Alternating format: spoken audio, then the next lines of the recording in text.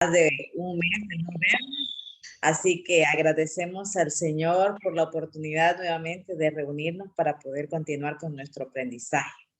El aprendizaje que nos lleva a poder servirle a Dios de una mejor manera. Así que bienvenidos todos y todas, hermanos, para este curso, el 423, Misión y Reconciliación, que tenemos la bendición de poder recibir este conocimiento, esta sabiduría a través de los labios del obispo Juan de Dios Peña, para quien nosotros estamos agradecidos, ¿verdad?, por su tiempo y por su esfuerzo durante estas 5 semanas. Asimismo, pues agradecemos al Señor por la vida de nuestra hermana Adela Samayoa, quien va a estar asistiendo en esta clase y siendo puente de comunicación y también recibiendo las tareas, hermanos, semana a semana, ¿verdad? Es semana a semana, no cada 2 semanas, pero así que les invitamos, hermanos, a estar pendientes de toda lo que sus maestros les indiquen. Esperamos en Señor que sea un tiempo de refrigerio y un tiempo en el que podamos disfrutar de la presencia de nuestro Padre Celestial, que nos cobija de distintas maneras, ¿verdad? Y una de ellas es mediante el aprendizaje y la enseñanza. Así que, hermanos, oremos para dar gracias a Dios por este tiempo y que Dios le dirija en este caminar, hermanos. Bendito Padre, te alabamos y te bendecimos por todo lo bueno que has sido con nosotros. Gracias por la vida de cada uno de los participantes de esta clase. Gracias por sus ministerios. Gracias por su disposición. Ahora te pedimos, amado Señor, que seas propicio a sus necesidades y que puedas guiarles, Señor, darle la sabiduría necesaria. Así te pedimos una bendición especial por la vida del obispo Juan de Dios, que pese a todas sus ocupaciones, Señor, se tome este tiempo para poder compartir sus conocimientos, su experiencia, su sabiduría, Señor, con este grupo de hermanos y hermanas. En el nombre de Jesús te pedimos que bendigas su vida, bendice su ministerio, bendice su llamado. Asimismo, oramos por la bendición para nuestra hermana Adela, que tu mano preciosa le cobije, le guarde, Señor, y la protege en todo momento. Dales la fuerza necesaria para este tiempo, Señor, y que podamos disfrutar de un momento, un tiempo de bendición, en un momento, Señor, donde tu sabiduría está siendo transmitida a cada uno de nosotros. Bendice tu pueblo, Padre, y guíanos, Señor. Sé tú nuestro guía, sé tú el que dirija nuestros pasos. Bendito Dios, en tus manos nos encomendamos en el nombre de Cristo Jesús, nuestro Señor y Salvador. Amén. Y amén.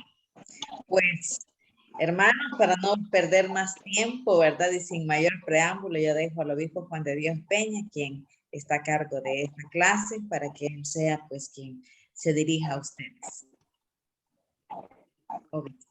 Muchas gracias, reverenda Marta Landaverde. La verdad que es una alegría para mí poder compartir este tiempo, aunque va a ser un tiempo corto, pero al mismo tiempo largo, ¿verdad? Porque nos convocan 2 horas acá virtuales y es bastante tiempo. Pero la verdad es que estos temas son bastante extensos y pues si todos participamos, el tiempo no lo vamos a sentir.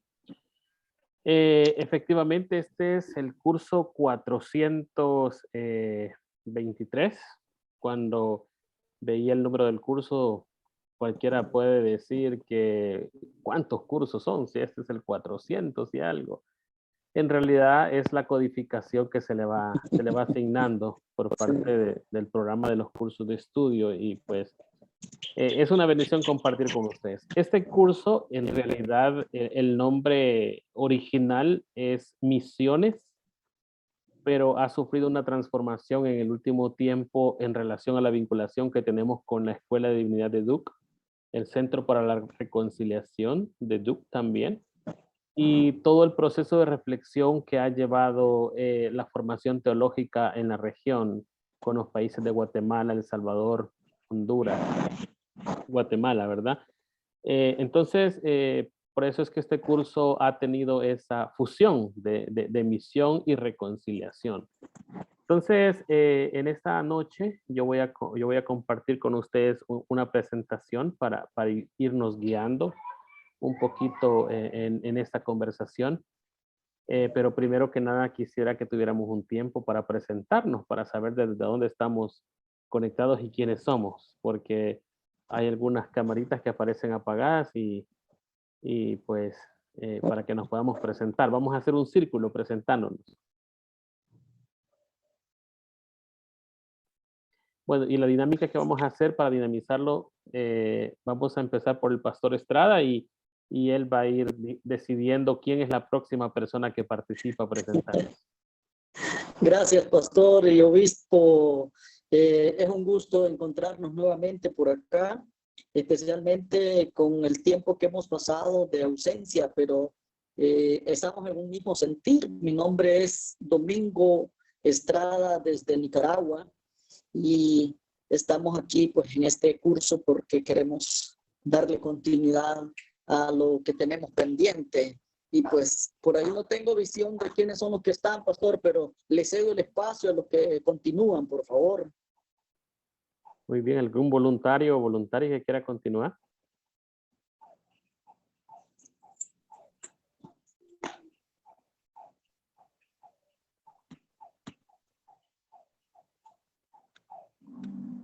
Hermano Eliseo, ¿nos hace el favor usted de seguir la línea? Sí, obispo, gracias. Que el Señor les bendiga. No tengo cámara, hermanos, así que me van a disculpar. Está bien, hermano. Pero un gusto estar aquí, un gusto verles. Creo que es una bendición. Mi nombre es Francisco Eliseo Serrano Morales. Soy de El Salvador y pues estamos aquí en el Ministerio Emanuel San Lorenzo por la gracia de Dios y pues es una bendición aquí listos para poder aprender y para poder pues poner en práctica también lo que aprendemos para el futuro, ¿verdad? Así es que un saludo y que Dios les bendiga. Amén. ¿Quién sigue, Eliseo? Silvia.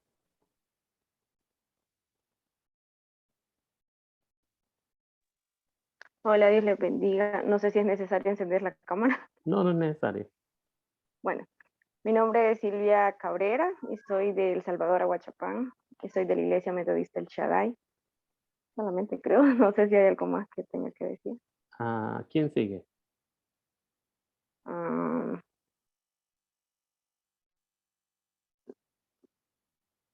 El pastor Alex.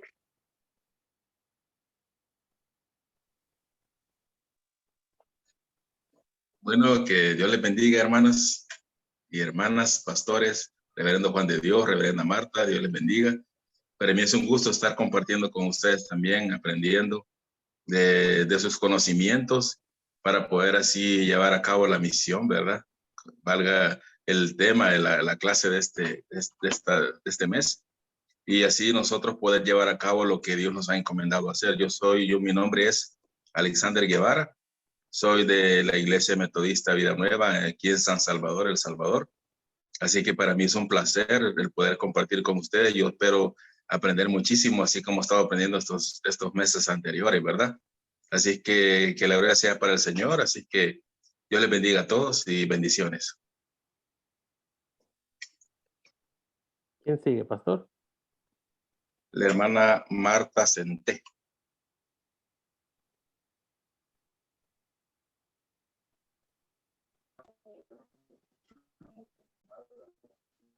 Muy buenas noches, pastor. Dios te bendiga. Pastora Marta, buenas noches. Hermana Adela, buenas noches. Buenas noches, hermanos y hermanas, todos los que están presentes en esta noche. Mi nombre es Marta Centé y asisto a la Iglesia Metodista. Soy de Guatemala, la Iglesia Metodista de Pocoyo Primero. Muy bien. ¿Y quién sigue, hermana Marta?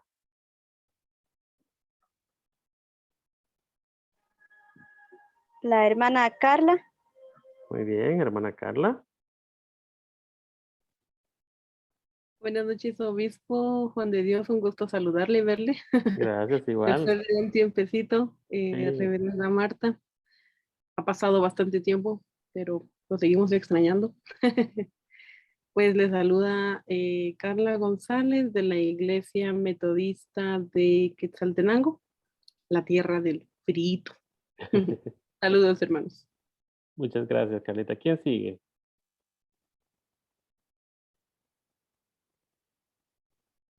Sigue hermana Patti. Bien. Buenas noches, pastor. Buenas noches, hermanos y hermanas, todos los que están conectados a través de vía Zoom. A pastora Marta y Adela, que Dios les bendiga a todos. Mi nombre es Patti Salvador y vengo de la Iglesia Metodista de Pocoín, Iglesia Metodista Peniel, y soy de Guatemala. Así que Dios les bendiga a todos y que aprovechemos este tiempo de aprendizaje. Es un tiempo donde sé que nos va a llenar de mucha bendición y que Dios me les bendiga. Amén. Muchas gracias. Parece que no queda nadie. No sé si con Carlita está Marvin o solo Carlita está tomando el curso. Solamente yo, Ok. creo. Ok, perfecto. Muy bien. ¿Se nos quedó alguien o estamos todos? La hermana Rosa Salvador.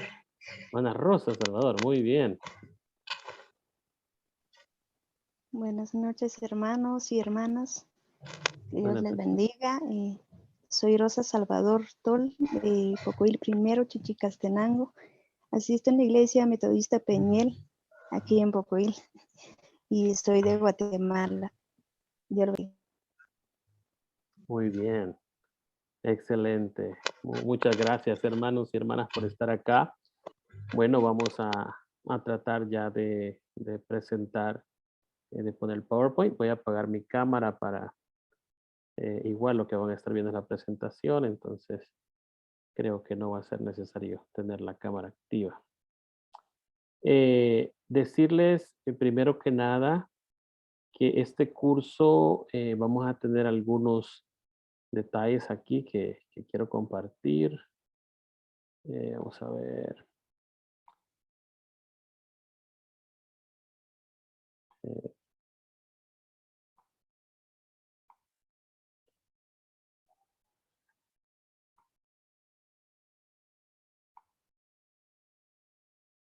Muy bien. Bueno, el curso, no sé si me confirman si se ve la pantalla.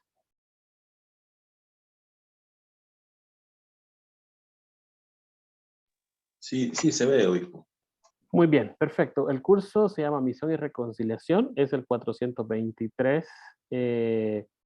Pues empieza este lunes y vamos a tener 5 lunes a partir de este. Y el propósito del curso va a ser que podamos introducir la teología y el alcance de la misión, no solamente alcanzando la misión, sino que al pastor también en su rol de liderazgo en las congregaciones y también su misión como agente de la redención transformativa de Dios. Por eso es que esta clase se llama Misión y Reconciliación, porque sabemos que Dios tiene un efecto transformativo en la sociedad y en nuestras vidas también como creyentes y como líderes. Los objetivos del curso es que, bueno, tenemos 4 objetivos al menos, y estos 4 cursos, estos 4 objetivos, perdón, son articular una estructura bíblica y teológica de la misión cristiana. El 2 es explicar la relación wesleyana entre la piedad y la santidad social. También reflexionar sobre las realidades sociales injustas y la respuesta tanto de la iglesia local como globalmente también. Y el cuarto es que podamos analizar los contextos ministeriales y el desarrollo de las estrategias para una misión transformativa. Esos van a ser los 4 objetivos que nos van a regir. Y la ponderación que vamos a tener en las evaluaciones es que después de cada clase vamos a asignar una tarea que va a valer el 15%. Y pues la tarea final va a valer 25%. Y la participación que vamos a tener acá va a valer el 15%. Entonces, si cumplimos todas las tareas y participamos, tendremos una nota excelente, ¿verdad? Entonces, las tareas que se presenten, tratemos de hacerlo cada semana, porque si nos retrasamos más, después ya no nos podemos actualizar, vienen más ocupaciones, entonces a la medida de lo posible, entre más rápido la hagamos, más rápido avanzamos. Prácticamente si no se presentan las tareas, es como que no se haya tomado el curso, ¿verdad? Entonces es muy probable que vuelva a tomarlo. Las tareas pueden ser realizadas por computadora. Si las hace por computadora, hágalas a doble espacio. Hay que usar tipo de fuente Times New Roman número 12. Bueno, esto se lo vamos a mandar por ahí al WhatsApp después para que puedan tener ahí las informaciones.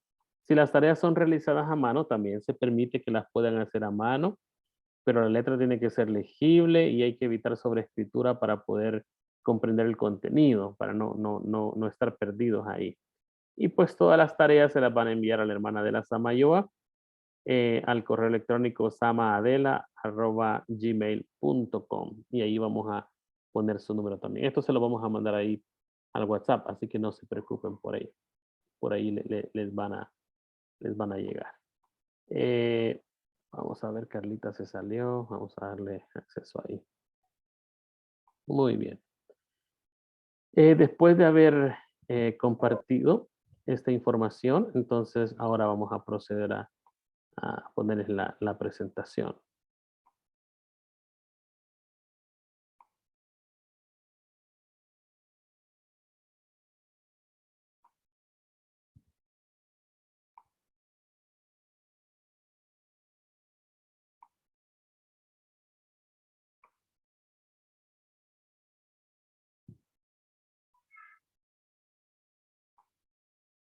Muy bien. Muy bien. La visión y la reconciliación. ¿Qué nos trae a la mente cuando hablamos de la palabra misión? Yo creo que todos como cristianos, como creyentes, esta palabra es bastante usada, ¿verdad? Quisiera que algunos participaran y dijeran qué les trae a la mente cuando escuchan la palabra misión.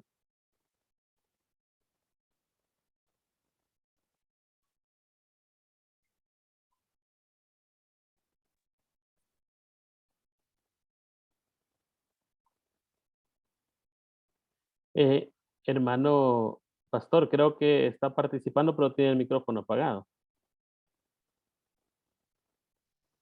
Ahora sí. Ahora sí. Ok. Pienso, o mi punto de vista en cuanto a la misión, es que toda asignación de algo que nos es encomendado a realizar, donde se nos propone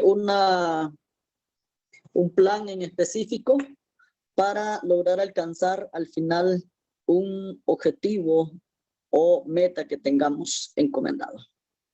Muy bien. Excelente. ¿Alguien más quiere participar?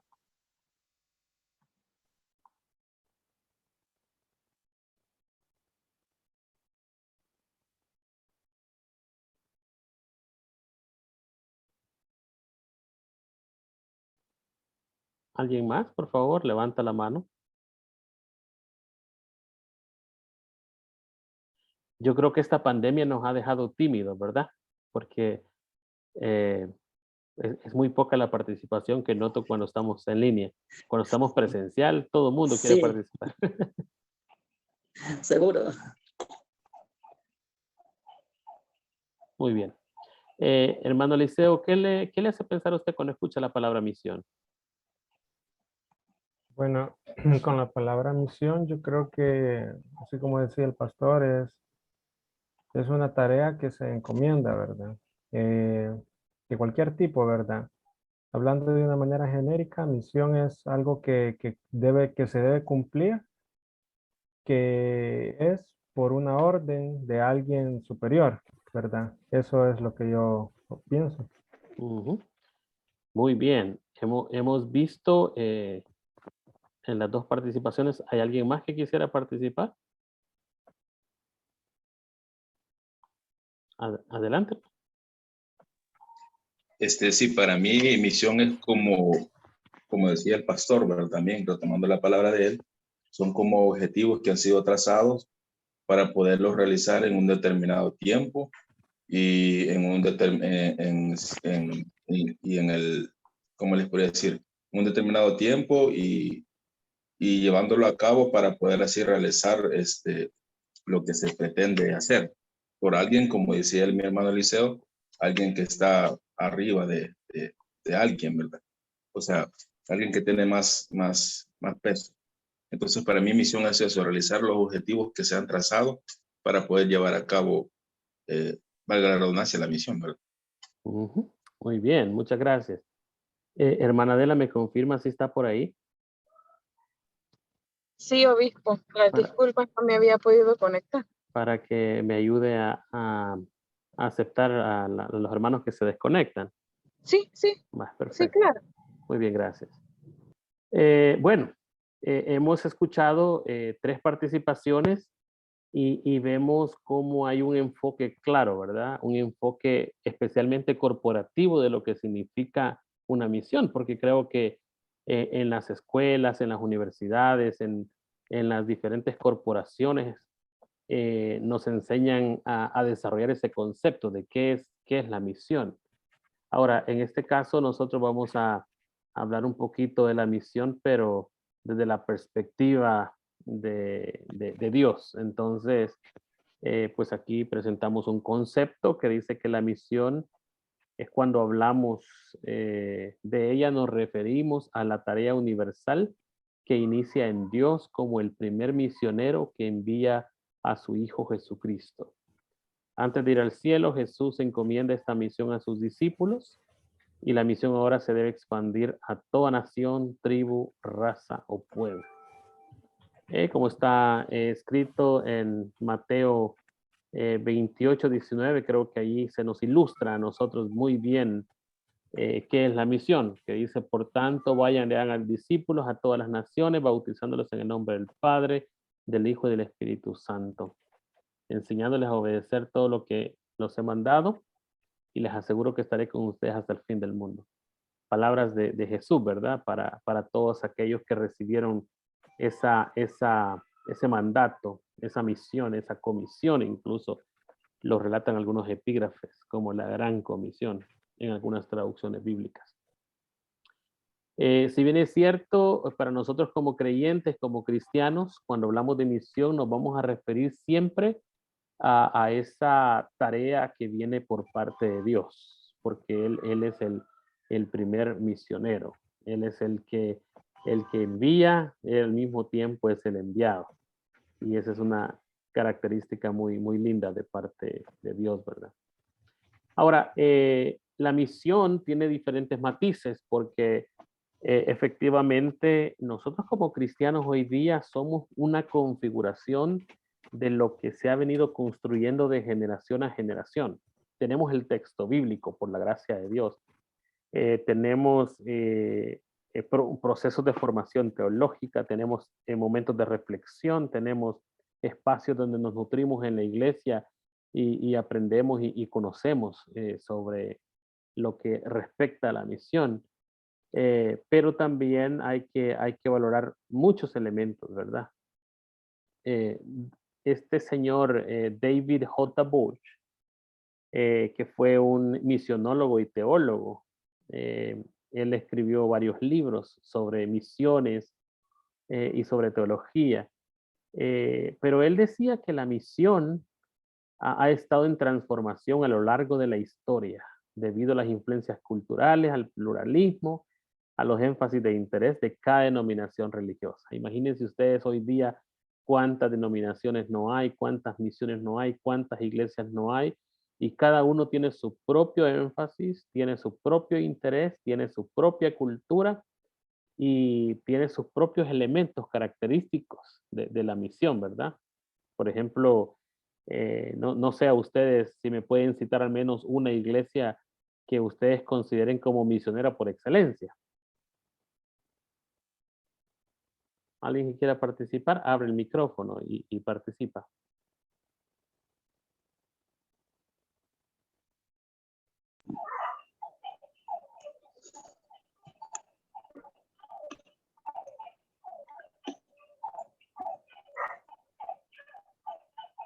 Sí, en cuanto a las visiones, pastor, por ejemplo, una de las características que ha tenido la iglesia metodista ha sido de ayudar a los más necesitados. Nosotros como iglesias hemos visto que las metodistas se han enfocado en ver, no solo ver, sino resolver, apoyar de las diferentes maneras en cuanto a las necesidades de las personas que están allá afuera, y retomando lo que dijo John Wesley cuando dijo que nuestra parroquia está allá afuera, ¿no? En 4 paredes. Entonces, yo podría aportar un poco en relación a lo que estamos hablando, pues, o relacionarlo con esto. Muy bien. Muchas gracias, pastor. Creo que hizo énfasis en la denominación que lo representa, en la iglesia metodista. Y creo que definitivamente los metodistas nos hemos caracterizado por ser misioneros. Personas que enviamos y personas que vamos y hacemos. Entonces, pero sí hay una gran gama, ¿verdad? De iglesias y misiones y perspectivas y de énfasis y también de intereses, porque cada una de las iglesias tiene intereses diferentes a la hora de ir a hacer misión. Imagínense lo complicado que eso trae, ¿verdad? Las complicaciones. Pero yo quisiera hablarles un poquito acerca de una manera como vamos a abordar la clase de este día. Y para eso vamos a seguir a algunas ideas o paradigmas de lo que significa la misión. La misión a lo largo de la historia de la iglesia, ¿verdad? Basándonos en la idea de este teólogo y misionólogo David Jacobus Bosch, que nos sugiere de que la misión ha estado en transformación a lo largo de la historia. Entonces ahora vamos a ver por qué es que se asevera este elemento, ¿verdad? Y efectivamente vamos a hablar de paradigmas. Los paradigmas no son más que ejemplos de lo que ha significado la misión. Entonces vamos a clasificar el primer paradigma. Y todo esto es histórico, hermanos, pero también nos sirve para ver cómo, a pesar de toda esta historia y todos estos conceptos, la misericordia de Dios ha estado presente en la misión. Primero que nada, vamos a hablar del paradigma apocalíptico, o sea, un ejemplo apocalíptico de lo que era la misión. Y esto estamos hablando de la iglesia primitiva. En los primeros años de los cristianos primitivos, ¿verdad? Había una visión paulina de una pronta venida de Dios. Entonces lo que se buscaba era ver que la gente reconociera y se diera cuenta de que la venida de Cristo estaba pronto, y entonces había que estar en esa vinculación con Dios. Todo aquí era pasajero, pero en realidad estábamos esperando ese regreso de Dios a través de la persona de Jesucristo, ¿verdad? Uno de los elementos bastante fuertes era que pasara este mundo. O sea, que todo ocurriera, porque al final lo que queríamos era que la gracia viniera. Y estos fueron los primeros elementos misioneros que tomaron los discípulos en sus hombros y en su proclamación. O sea, este mundo es pasajero y lo que aquí en este mundo pasa no importa, porque lo que queremos es que la gracia de Dios sea manifiesta, y esa va a ser a través de la segunda venida de Cristo. Otro elemento que se veían como valores de la vida cristiana eran la obediencia. Teníamos que cumplir la voluntad de Dios, la palabra de Dios, guardar el amor al prójimo, ¿verdad? Porque Jesús mismo nos enseñó que había que tener esa vinculación con el prójimo, el amor al necesitado, al desamparado, al desvalido, y también una búsqueda de una conducta santa, o sea, buscar la santidad como elemento que nos ayudaba a tener esa relación con Dios y estar preparados para la segunda venida. Y también la defensa de los pobres era central, ya que Jesucristo mismo nos había enseñado que ayudar a los pobres era parte de la identidad de un cristiano. También el libro de Mateo nos muestra 2 caminos en la vida. Nos habla, ¿verdad? En diferentes momentos, que había un camino ancho y un camino angosto. Y entonces había una urgencia, una necesidad grande del ser humano por escoger el mejor.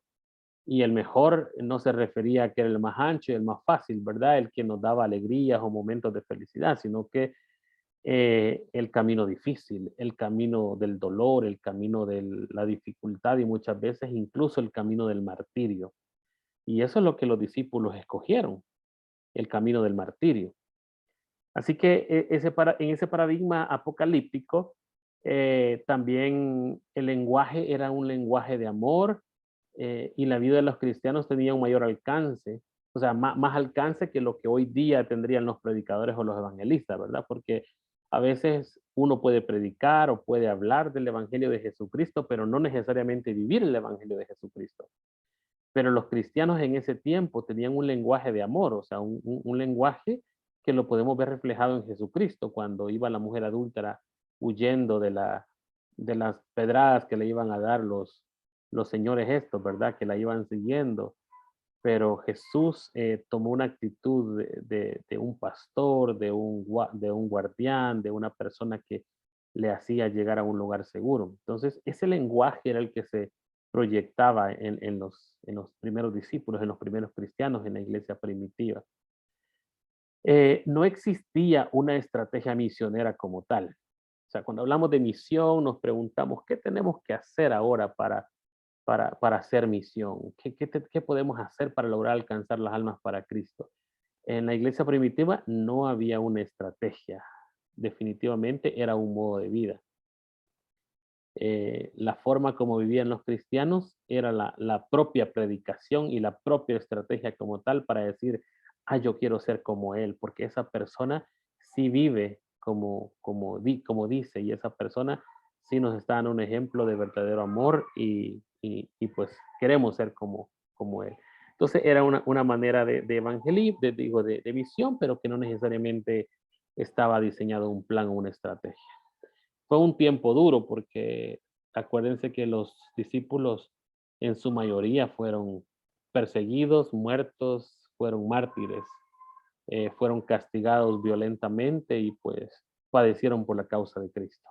Entonces, el paradigma apocalíptico nos abarca esos elementos, ¿verdad? Porque para los primeros cristianos, hacer misión significaba algo temporal, porque la venida de Cristo estaba pronto y entonces íbamos a llegar a ese momento. Así que ese es el paradigma apocalíptico, por lo menos que se define pedagógicamente en esta estructura de pensamiento así. También después del paradigma apocalíptico, pues cambió al paradigma helénico.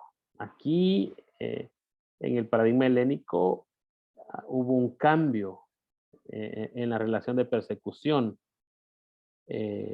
ya que se aceptaba como algo inevitable, o sea, la persecución iba a ser inevitable, perdón, y había que defender los derechos de los cristianos, porque pues tenían en ese tiempo que velar para que los cristianos se convirtieran también en un ejemplo hacia la sociedad, especialmente la sociedad romana, ¿verdad?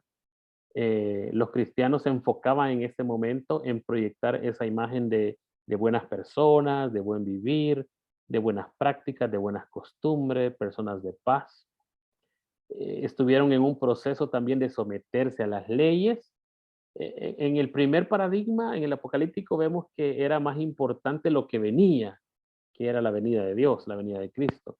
Pero aquí era ya un proceso en el que estaban tratando de adaptarse a la realidad que vivían.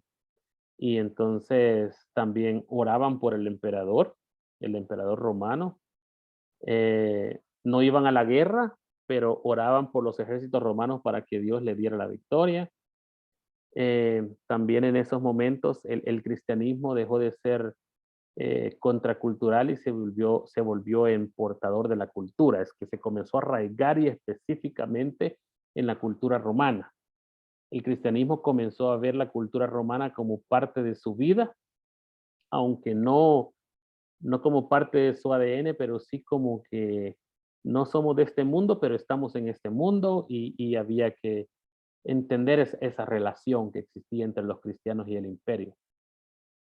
Aquí, en este tiempo del paradigma helénico, nace también la preocupación por conceptos como ousia, physis, hipóstasis, meritum, transustanciatiato, a ver cómo se dice eso, yo me cuesta pronunciarlo, pero quiere decir transustanciación, que eran momentos en los que se comenzaban a analizar algunos aspectos teológicos, ya ver la práctica y la vida de la iglesia como algo que teníamos que darle no solamente los elementos aquellos de querer vivir, tener la vivencia, pero también de usar un poco la explicación en estos procesos.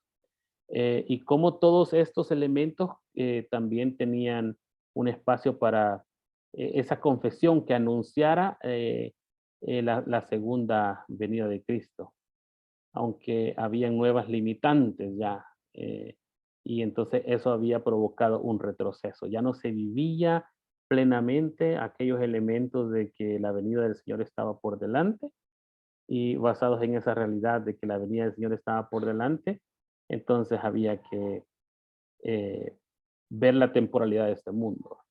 También apareció la doctrina de la inmoralidad del alma, que significaba un escape a las limitaciones de la carne. O sea, la carne era débil y la carne nos ponía limitaciones, pero a través del alma y del espíritu podíamos alcanzar mejores procesos en la relación con Dios. También en este mismo paradigma, en estos mismos tiempos, las comunidades de fe que estaban esparcidas ya por todo el Imperio Romano se comenzaron a convertir en una organización eclesiástica. Imagínense que el éxito de todo movimiento cristiano es cuando estos son grupos pequeños, cuando estas son pequeñas congregaciones o comunidades de fe que se proyectan para vivir como Cristo nos enseñó y a proclamar el Evangelio de Jesucristo a través de amar al prójimo y practicar un ministerio de justicia. Pero en esta ocasión estábamos viendo que las comunidades de fe habían sido ya, se estaban consolidando y se estaban convirtiendo en una organización eclesiástica, ya no como iglesias aisladas, sino como un organismo más fuerte. El bautismo y la cena del Señor se transformaron en ritos sacramentales, con requisitos doctrinales y con sentidos un poco más místicos. O sea, ya no era solo arrepiéntanse y métanse al agua o participen de la cena del Señor hasta que Él venga, sino que estábamos hablando ya de que habían ciertos requisitos doctrinales para poderse bautizar. No bastaba solo quererse meter en el agua, ¿verdad? Sino que ya había que pasar algunos requisitos dentro de esas comunidades de fe y posteriormente dentro de esa organización eclesiástica que comenzó a institucionalizarse y comenzó a poner esos requisitos doctrinales y a ponerle ciertos elementos ya un poco más místicos. En ese tiempo también el canon bíblico ya estaba en proceso de formación, pero esa formación también venía siendo afectada por la interpretación que se venía haciendo ya de los escritos, sueltos, dispersos. Y iban teniendo todo un proceso de cambio progresivo. O sea, los que han estudiado Biblia, o sea, Antiguo Testamento, formación del canon, ya sabrán que el canon bíblico que tenemos tal como está, no eran los únicos escritos que existían. O sea, habían otros elementos, habían otros documentos que no se incorporaron por diferentes razones, pero que ya estaba esta formación y lo que finalmente llegó a ser la Biblia que tenemos tiene que ver con todas estas interpretaciones y también con todos estos procesos que la misión estaba sufriendo en el Imperio Romano. Los motivos de la misión también aquí incluyen ahora la defensa de los derechos del pueblo cristiano de coexistir junto a los demás pueblos. O sea, había una lucha por no ser aplastados, por tener derechos, pero sobre todo por no por imponerse sobre los demás, sino que existir al mismo tiempo que habían otros grupos que existían. No había intenciones por parte de los cristianos de que ellos fueran los únicos, una iglesia auténtica, real, verdadera, genuina, sino que estaban buscando simplemente coexistir, porque eran tiempos difíciles. Y efectivamente podemos ver que en este tiempo helénico, ellos trataron de adaptarse a algunos procesos romanos para lograr esta coexistencia también. Los agentes de la misión por excelencia se llegaron a convertir en eruditos de la cultura grecorromana. Aquí ya estamos hablando de una fusión entre la cultura de Grecia y la cultura de Roma, y ya las personas que estaban encargadas de la misión se convirtieron en eruditos, o sea, se convirtieron en personas estudiosas, se convirtieron en teólogos, se convirtieron en personas que fueron ya de manera sistemática dándole explicación, buscando la razón, buscando el sentido, no solamente de inspiración de la palabra, pero también del porqué de las cosas. Y era en fusión de ser judíos, pero de estar vinculados con los griegos y de estar vinculados con los romanos, e incluso de otras culturas también que estaban fusionadas ahí. Pero imagínense todos los cambios que la concepción de misión estaba teniendo ya aquí. Era un cambio bastante fuerte hasta el momento helénico. Pero aquí es donde también se privilegia la persuasión como instrumento racional. Entonces, la percepción de los sentidos espirituales de la escritura eran un poco difíciles de comprender por los que se consideraban iletrados, porque si alguien no sabía leer las escrituras, entonces alguien tenía que persuadirlos. Los doctos, los eruditos tenían que hablar de las escrituras, ellos tenían que ser ese canal de interpretación para que los demás pudieran comprender, y ellos eran los que dictaban cuáles eran los caminos que la misión iba a avanzar. Entonces, también en ese tiempo, como decíamos antes, fue cuando se discutió el hecho de que si Cristo tomar la Santa Cena era un proceso meramente ritualista, era un ritual, o es que era simbólico, es que Cristo era representado en el vino y en el pan, o es que Cristo de verdad estaba allí. Y es que la comunidad de creyentes concluía en que no representaba, sino que era el mismo cuerpo y la sangre de Cristo en la comunión. Después de pasar por el tiempo helénico, viene el paradigma constantiniano, perdón. Creo que ustedes ya han conocido que Constantino fue un emperador que no era cristiano. Él tenía su propia religión pagana, pero que él le pidió una vez a los dioses que le revelaran cuál era la verdadera religión, porque había muchas religiones y él quería saber cuál era la religión verdadera, y entonces él tuvo un sueño donde el que salió favorecido fue el cristianismo. Entonces, Constantino hizo que el cristianismo fuera una religión oficial permitida después de su sueño, con el decreto de Milán en el año 313 después de Cristo. Imagínense, aquí ya pasamos 313 años después de Cristo. Aquí no solamente fue la religión favorecida, pero en el año 380 después de Cristo se convirtió en la religión oficial por decreto. Y después de convertirse en religión oficial, en el año 392 se convirtió en la única religión tolerada. Entonces, gracias a Constantino, ya no se podía permitir ninguna otra religión más que solamente la religión cristiana. Y todas las religiones paganas entonces se se hicieron una sola religión y fueron adoptando algunos elementos paganos que habían en la tradición de las otras religiones y se compactaban en una sola, que era el cristianismo. Eso trajo desafíos a la misión, porque entonces ya era algo bien adulterado. Qué bien que la iglesia, que la religión cristiana, el movimiento cristiano se convirtiera en una religión tolerada, pero qué difícil cuando se convirtió, perdón, en una religión favorecida, pero qué difícil cuando se convirtió en la única religión tolerada. O sea, no había tolerancia para ninguna otra religión. Todos estaban obligados a ser cristianos en el tiempo de Constantino, por decreto del imperio. No había otra cosa que se podía hacer más que ser cristianos, y si no, tenían que pagar el precio, que era pagar con su vida, ¿verdad?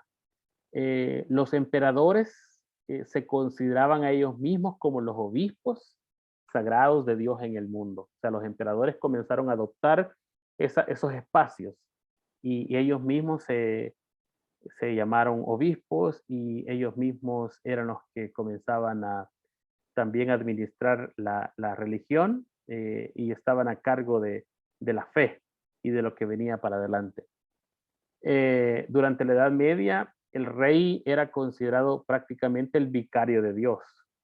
Él era el sumo pontífice, él era como el representante de Dios en la tierra. El rey era quien decidía como que era Dios, porque era el único que tenía esa comunicación con Dios. Y habían reyes que lo manejaban de manera diferente. Habían reyes que decían que ellos hablaban directamente con Dios, y habían reyes que entonces tenían a profetas que les ayudaban en esa comunicación con Dios, pero que Dios les decía qué es lo que tenían que hacer. Entonces hubo controversias con el poder civil, con el papado y también con los obispos de la iglesia, ¿verdad? Que en este momento ya estamos hablando de la religión católica. Ya estaba la iglesia católica en sus primeros procesos. No solo la iglesia resultaba ser un agente de misión, o sea, no solo la iglesia estaba a cargo de la misión de Cristo, sino que también ahora el imperio había asumido a cuenta propia la idea de ir y hacer la misión de Dios, conforme ellos pensaban que era la misión de Dios. Y pues estos misioneros eran representados por las personas designadas por el gobernador. O sea, el gobernador decidía quiénes eran las personas que iban en esa misión. Siempre en el tiempo de Constantino, el método de la extensión de la Iglesia de Cristo incluía la imposición de la fe por medio de la destrucción de las religiones paganas. O sea, aquí había un templo pagano, pues aquí se montaba una iglesia cristiana. Aquí había otra religión desarrollando su trabajo, y entonces allí caía la iglesia cristiana y destruía todo lo que había, y se convertían todos al cristianismo. Aunque seguían habiendo también en ese tiempo misioneros de la iglesia, la mayor parte de Europa fue cristianizada por medio de la conquista. O sea, la participación de la iglesia, fíjense que este es un dato muy importante, porque todos le echamos la culpa a la iglesia católica de un montón de muertes, de haber impuesto la fe, pero aquí estamos viendo que más allá de la iglesia, era en realidad Constantino el que tenía una línea paralela a la par del liderazgo de la iglesia, y que fueron absorbiéndose. Ahora, el precio de la iglesia de quererse hacer al lado del imperio fue pagado de esta manera, ¿verdad? Porque entonces fue el imperio que comenzó a dominar estos espacios.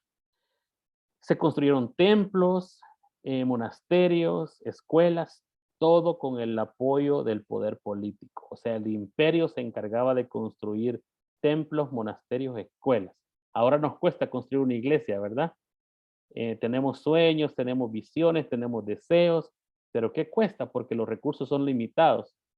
En este tiempo, el mismo imperio era el que se encargaba de financiar todo esto. Pero imagínense el precio que tenía que pagarse después.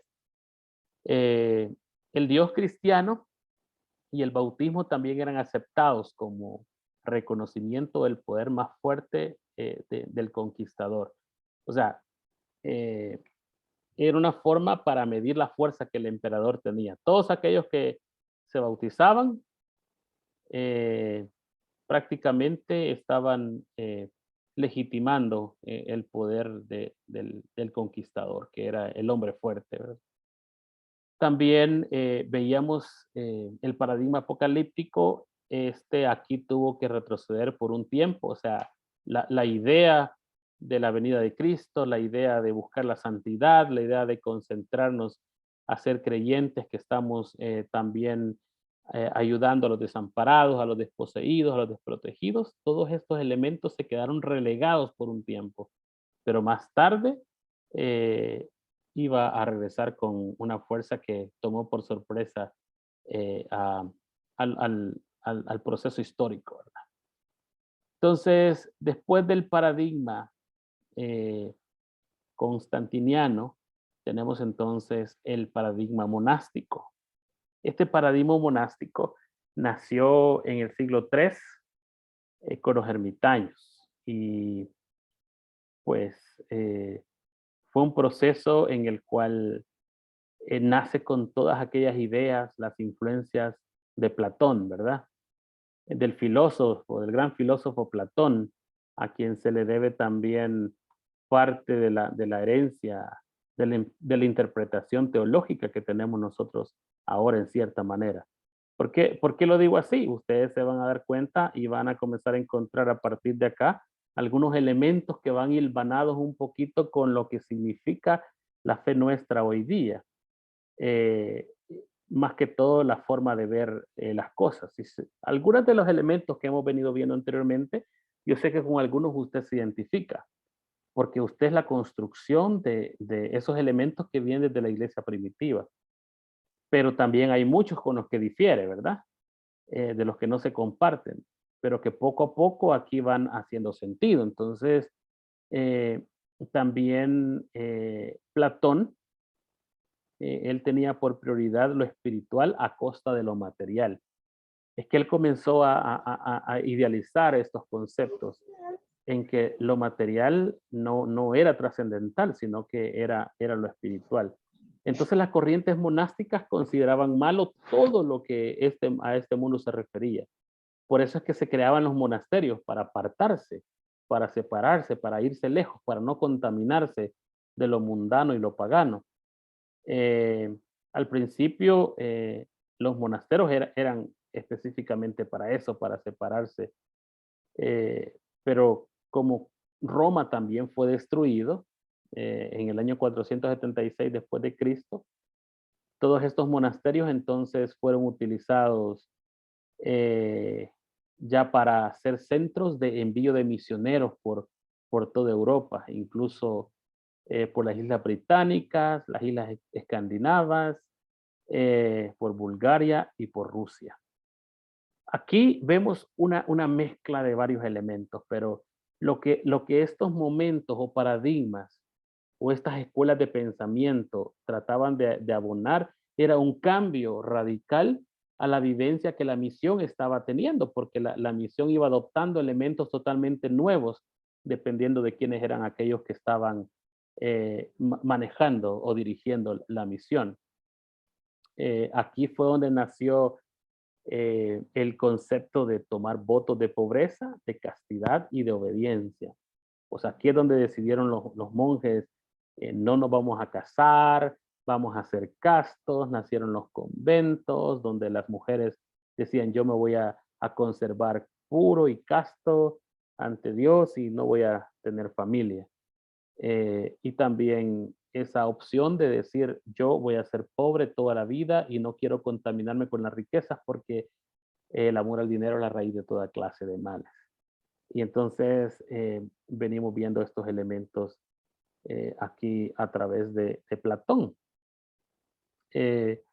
Aunque el rol de los monásticos en ese tiempo era importante también en la expansión de la misión. Ellos eran enviados, pero eran acompañados por los militares.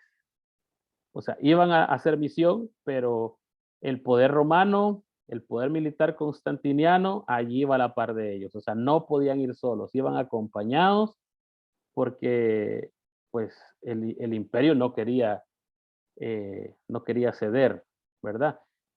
También sabemos que estas escuelas de pensamiento no es que hoy murió una y mañana nació la otra. No, fueron transiciones que tomaron tiempo, tomaron años, incluso décadas y algunos siglos también.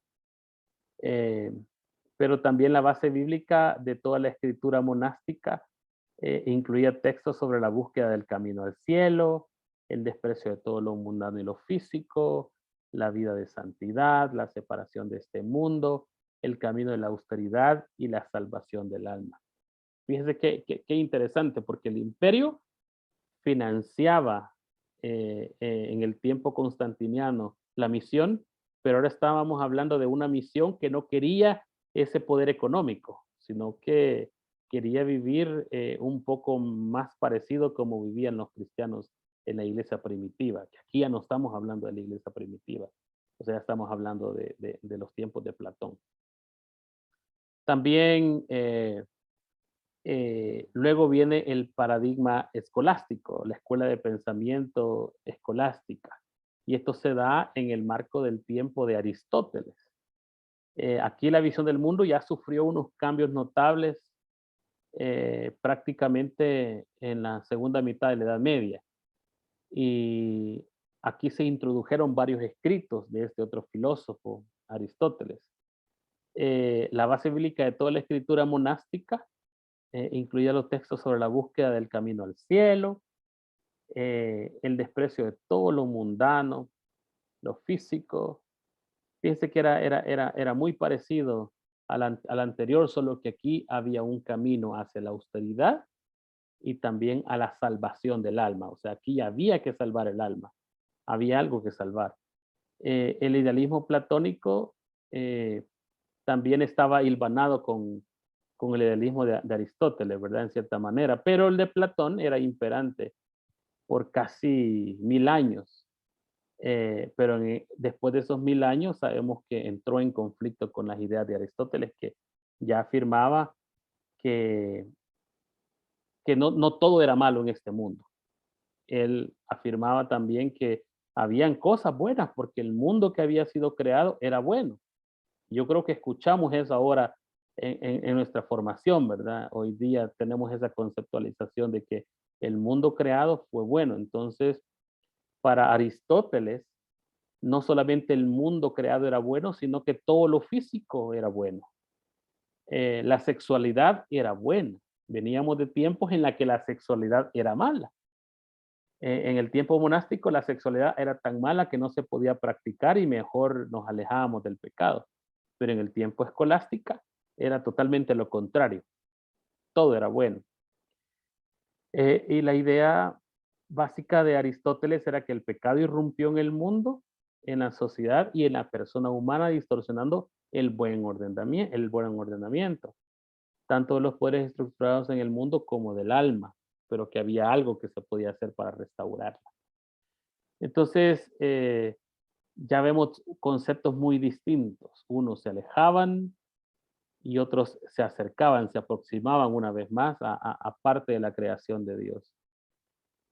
También en este periodo escolástico, a nivel de relaciones con Dios, las relaciones con Dios perdieron los dones de la fe, la esperanza y el amor. No era fácil tener estos elementos de una manera pura en los procesos donde todavía el imperio de Constantino seguía haciendo de las suyas, pero se buscaba todavía tener estos dones manifiestos. No solamente tener una relación con Dios para poder restaurar los dones de la fe y de la esperanza y del amor, sino que también había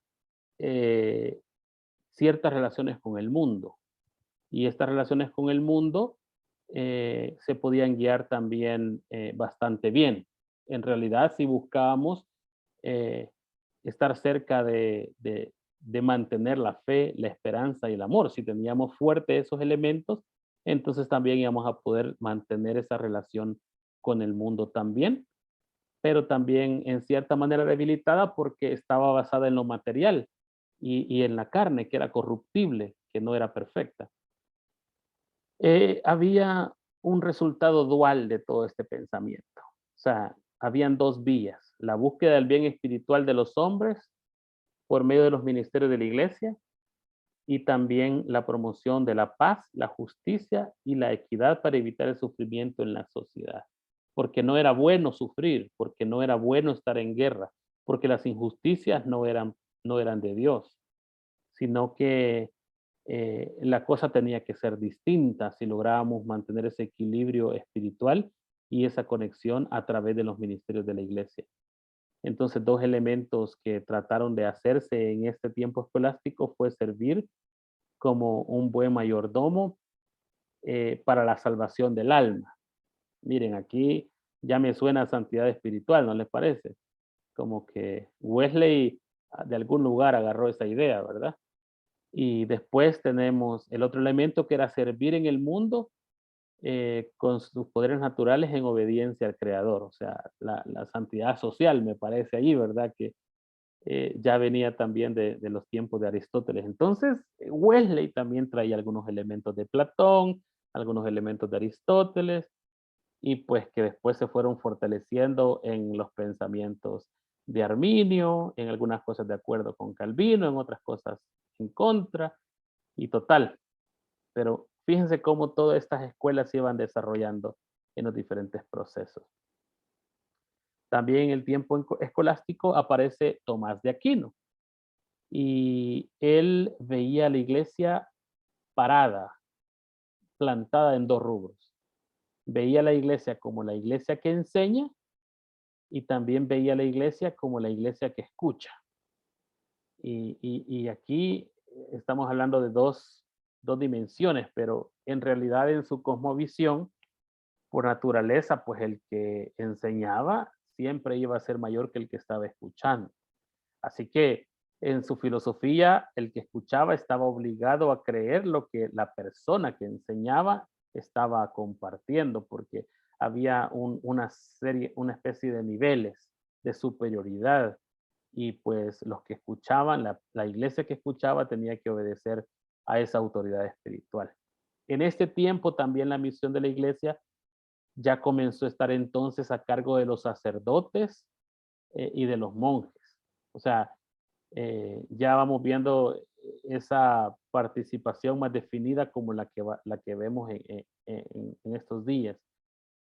También se comenzaron a implantar, y aquí se usó esta palabra porque una cosa es plantar, otra cosa es construir, pero otra cosa es implantar, es porque se llevaban con toda la idea de lo que significaba la misión para ellos en ese tiempo. O sea, no era una cosa de que tal vez querían, sino que tenían la gente que creer y aceptar lo que ellos iban a compartir. Entonces ahí nacieron las universidades, estudios culturales, y también nació la enseñanza de los idiomas de los árabes. Ya se fueron incorporando otros idiomas en este proceso de misión. Y se establece también aquí la relación entre la iglesia y el Estado. Fíjense bien que aquí ya se hace una fusión, y todo lo relacionado con Dios ya entonces ocupó el primer lugar. O sea, prácticamente la teología, la iglesia, la fe, la salvación, la jerarquía, los sacramentos, los sacerdotes, los obispos, el papa, todo aquello que fuera religioso, que era cristiano, que era de Dios, entonces ocupó el primer lugar. Y pasó entonces de ser la dominada, entonces a ser ahora el dominante. En segundo lugar, quedó todo aquello mundanal, todo lo filosófico, el Estado mismo quedó en segundo lugar, la vida terrenal, las obras humanas, los magistrados e incluso todos aquellos que ejercían la justicia en la sociedad. O sea, el poder judicial en esos organismos que había en ese momento pasaron a segundo plano, y la iglesia se convirtió en un instrumento poderoso que nadie podía detener para su proceso de misión. y de expansión. Todo eso ocurrió en el tiempo escolástico. Ellos utilizaban el concepto de Lucas 14:23, que decía, ve por los caminos y los vallados y fuérzalos a entrar para que se llene mi casa. O sea, ese era el concepto que utilizaba. Y hay algunos errores de escritura, perdón por ello. Y también no es la Reina Valera, entonces se escucha diferente, pero prácticamente ellos iban por doquier, por todos los lugares, y entonces estaban forzando a todos a convertirse al cristianismo, pero ahora la iglesia era el elemento más poderoso de la sociedad y venía con todos esos elementos de un imperio que no tenía la fuerza como tal de imperio, pero la iglesia entonces sí tenía la fuerza imperial porque había tenido un buen maestro y que era el imperio romano. Así que hubo un proceso de conversión forzada de los indígenas. Prácticamente es un modelo de colonización que hasta hoy en día lo podemos ver en nuestra historia y también en la práctica de la iglesia, ¿verdad? Hay todavía grupos misioneros de algunas iglesias nuevas que están logrando una gran cantidad de personas que se van haciendo hacia la iglesia de ellos porque usan ese modelo colonizador, que traen su propia Biblia, traen sus propios profetas, traen sus propias ideas y que no hay una iglesia real y verdadera más que solo la de ellos, porque toda la religión como existe fue una vergüenza por todo este proceso colonizador y de muerte y de dolor que trajo a las sociedades, especialmente las indígenas. Pero luego pasamos a otra etapa, y esta etapa se da a finales de la Edad Media, y aquí estamos viendo el paradigma o el ejemplo místico, la escuela de pensamiento mística.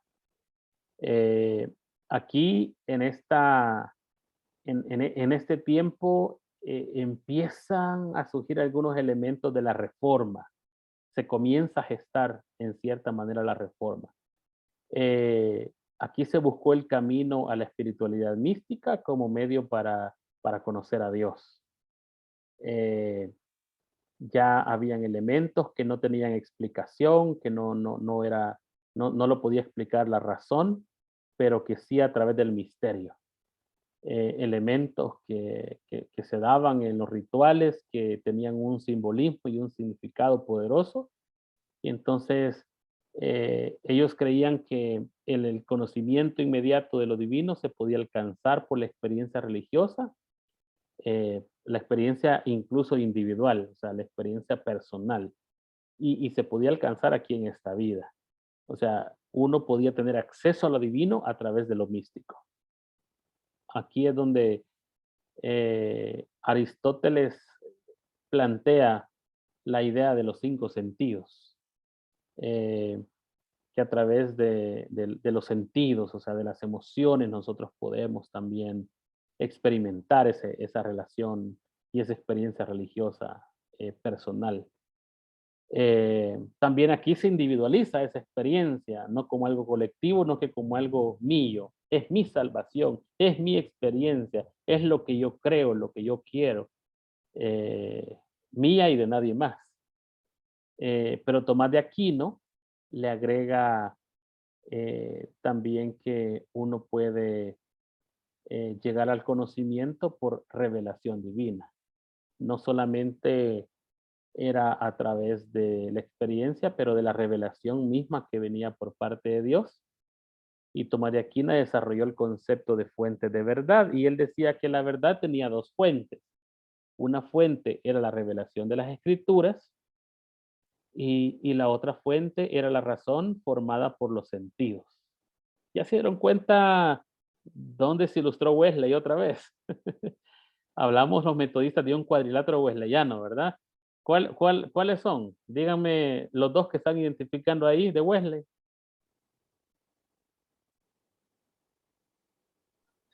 La escritura y la razón. La escritura y la razón, ¿verdad? Eso Wesley lo trae desde Aristóteles y lo trae de Tomás de Aquino. Sin embargo, decirles que Wesley no fue el creador del cuadrilátero wesleyano. Esto fue algo que se sistematizó después, en realidad. Pero Wesley, en su uso y en su práctica, en su usanza como metodista, bueno, no como metodista, como anglicano, pero como el precursor del metodismo, él le dio vida a esos elementos. Ahora ya hubo un teólogo que le dio la forma al cuadrilátero wesleyano, ¿verdad? Sistematizando los pensamientos y la idea de Wesley. Pero fíjense bien cómo vamos viendo que elementos de las diferentes escuelas vienen siendo adoptados por lo que hoy conocemos como el metodismo también. En estos procesos también nace la reforma protestante. Y el paradigma de la reforma sabemos que se le atribuye bastante a Martín Lutero, pero que también Juan Calvino fue un precursor, incluso que venía desde antes, desarrollando esa idea de revolución dentro de los procesos religiosos y eclesiásticos. Entonces, tanto Martín Lutero como Juan Calvino y otros, ¿verdad? Porque la historia siempre incluyen a otros que son invisibles, que sus nombres no están inmortalizados, pero que en unas partecitas de la historia por ahí aparecen los pincelazos. Ellos proveyeron el estímulo para el retorno a Pablo, o sea, vía San Agustín. Vía Agustín, tanto Lutero como Juan Calvino estudiaron a Agustín y con todas sus ideas y sus planteamientos trataron de retomar la idea de Pablo. De lo cual nace la justificación por medio de la fe, a la luz de Romanos 1, 16, 17, que dirigió la mirada a Dios como iniciador y agente de la misión en la primera instancia. Imagínense que venimos de una misión institucionalizada, de una misión constantinizada, venimos de una misión monastizada, venimos de una misión que había traído conceptos totalmente, incluso hasta contrarios entre ellos, porque no representaban lo que en sí era la misión de Dios.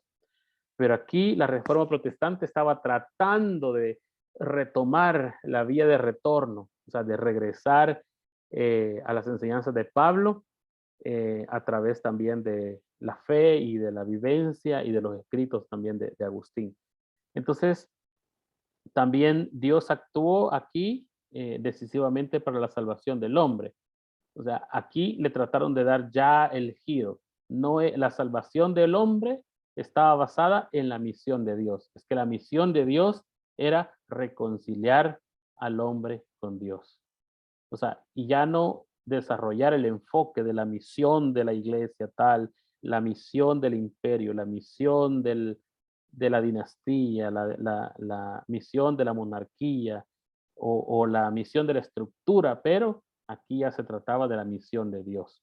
Y la misión de Dios tenía que ver con la restauración, la transformación y la reconciliación del hombre.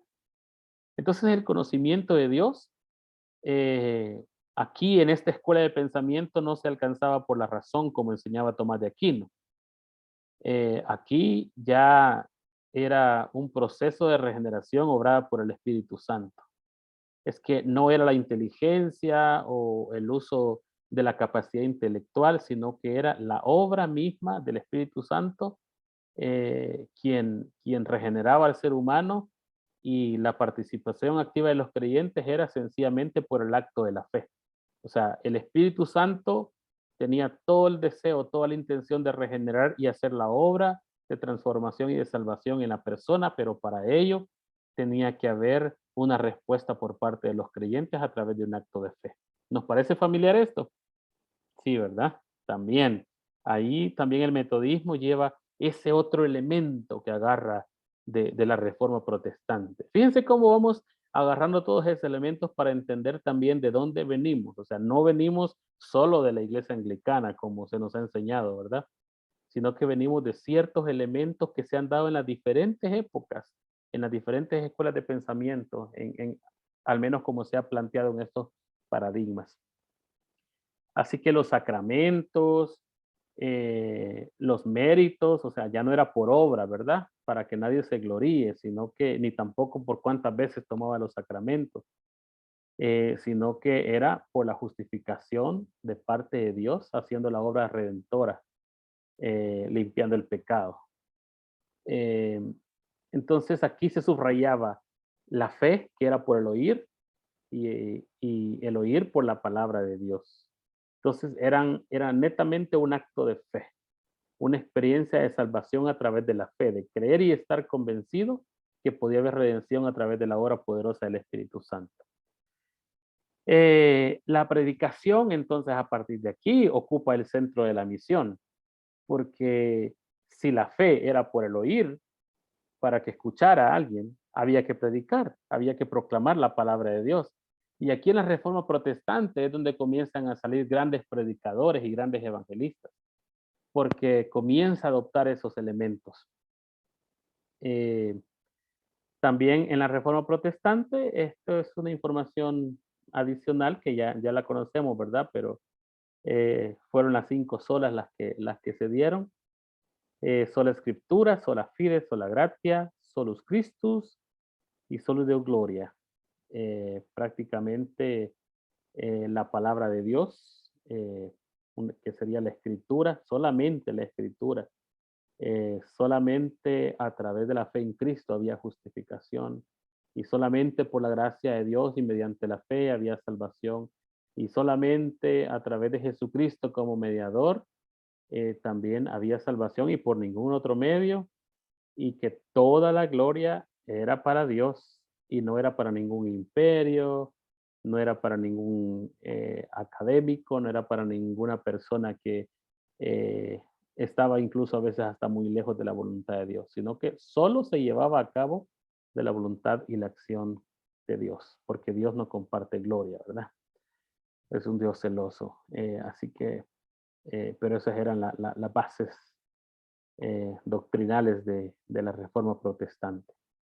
Pero después de la Reforma Protestante, también ya prácticamente a finales del siglo XV, y todo esto también está un poquito mezclado, porque aunque se han clasificado los paradigmas de esta manera, pero también se interrelacionan, o sea, uno está pasando cuando el otro todavía está ocurriendo, o el otro se proyectan algunos elementos de uno que ya están desapareciendo en el otro, de repente en el otro comienzan a aparecer nuevos elementos que ya se habían dejado atrás, pero prácticamente a finales del siglo XV, la expansión de la misión en ese momento era solamente en Europa, ¿verdad? Y los entornos europeos, o sea, solamente cerca de Europa, los países cercanos.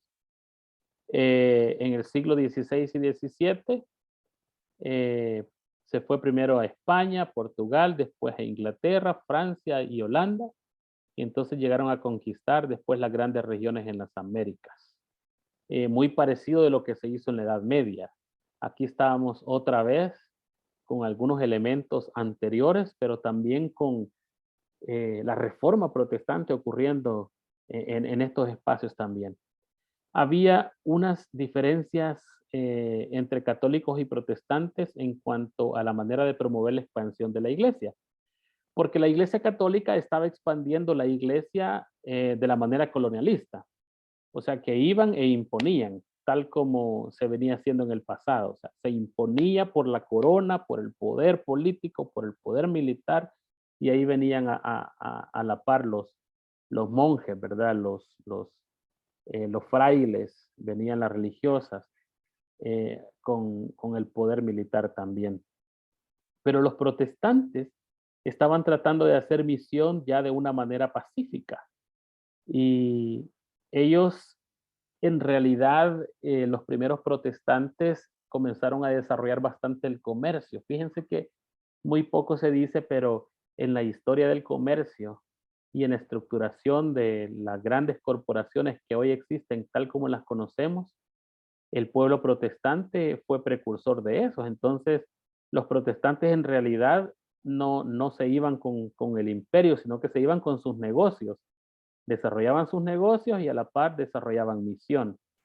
Ellos lo hacían de manera pacífica. Sin embargo, también los protestantes en algún momento tomaron armas, pero era más que todo como para asegurar las bases, para fortalecer y para traer la paz y el orden en un momento, pero después seguían de una manera pacífica, porque su intención en definitiva no era tanto como convertir de la manera como se conocía, porque incluso los metodistas venimos de Inglaterra un poquito con la idea colonialista, pero algunos grupos de la Reforma Protestante en realidad estaban viniendo aquí con una idea un poquito más como para que la gente conociera, pero que no necesariamente tenía que convertirse a ley.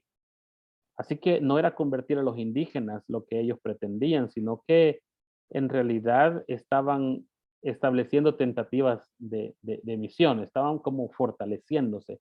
Es normal que ellos buscaran desarrollar y construir seminarios, pero no eran seminarios teológicos para hacer interpretaciones bíblicas, académicas, filosóficas, sino que eran seminarios para desarrollar misioneros, o sea, para enviar misioneros al proceso evangelizador, que era un método totalmente distinto y novedoso, y no era inquisitivo, ¿verdad?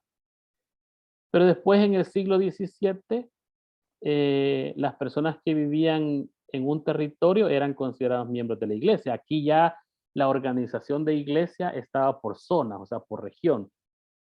Por decir algo, la gente que vivía en Ahuachapán, toda la gente de Ahuachapán era considerada luterana. La gente que vivía en San Salvador era considerada presbiteriana. La gente que vivía en Quetzaltenango era considerada reformada.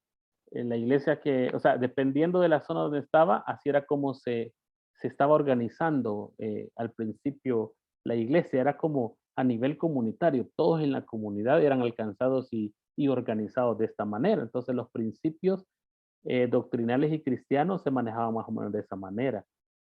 Pero aquí los pietistas fueron los que rompieron la visión de la relación de la iglesia con el Estado.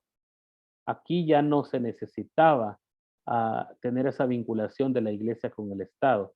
Y pues los estudiosos del derecho pasan por un proceso de formación académica donde se dan cuenta de que estos poderes trataban de hacer esta separación de la iglesia y del Estado, estaban interesados porque la iglesia católica especialmente no dominara al Estado, pero la desvinculación era promovida desde los pietistas.